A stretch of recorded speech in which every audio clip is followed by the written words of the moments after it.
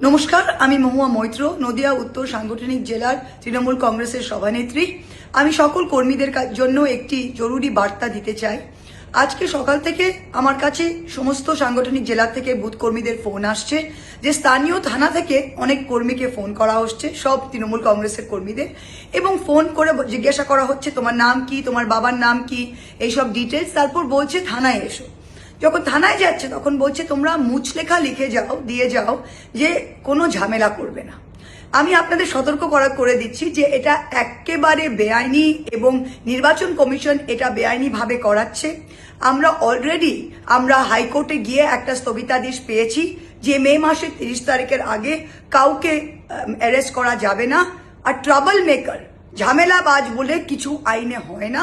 তাই অপরাধী হলে আলাদা ব্যাপার, যদি অপরাধ করার আগে কাউকে ডেকে আপনি মুচলেখা লেখাতে পারেন না। আমি সকল কর্মীকে বলছি কেউ থানায় যাবেন না, আর কেউ অবশ্যই মুচলেখা লিখবে না। যেদিন নির্বাচন কমিশন অমিত শাহকে থানায় ডাকবে, যেদিন নির্বাচন কমিশন শুভেন্দু অধিকারীকে থানায় ডাকবে, যেদিন তাদের থেকে মুচলেখা নেবে যে তারা ভায়োলেন্স করবে না, তারা গুন্ডামি করবে না, সেদিন আমাদের কর্মীরা গিয়েও মুচলেখা লিখবেন। নদিয়া উত্তর সাংগঠনিক জেলার একটা তৃণমূল কংগ্রেসের কর্মীও আপনারা কেউ ভোটের সময় নষ্ট করে থানায় যাবেন না, আর কোনো মুচলেখা লিখবেন না। এটা একেবারে বেআইনি, আর নির্বাচন কমিশন এটা প্রেশার করছে।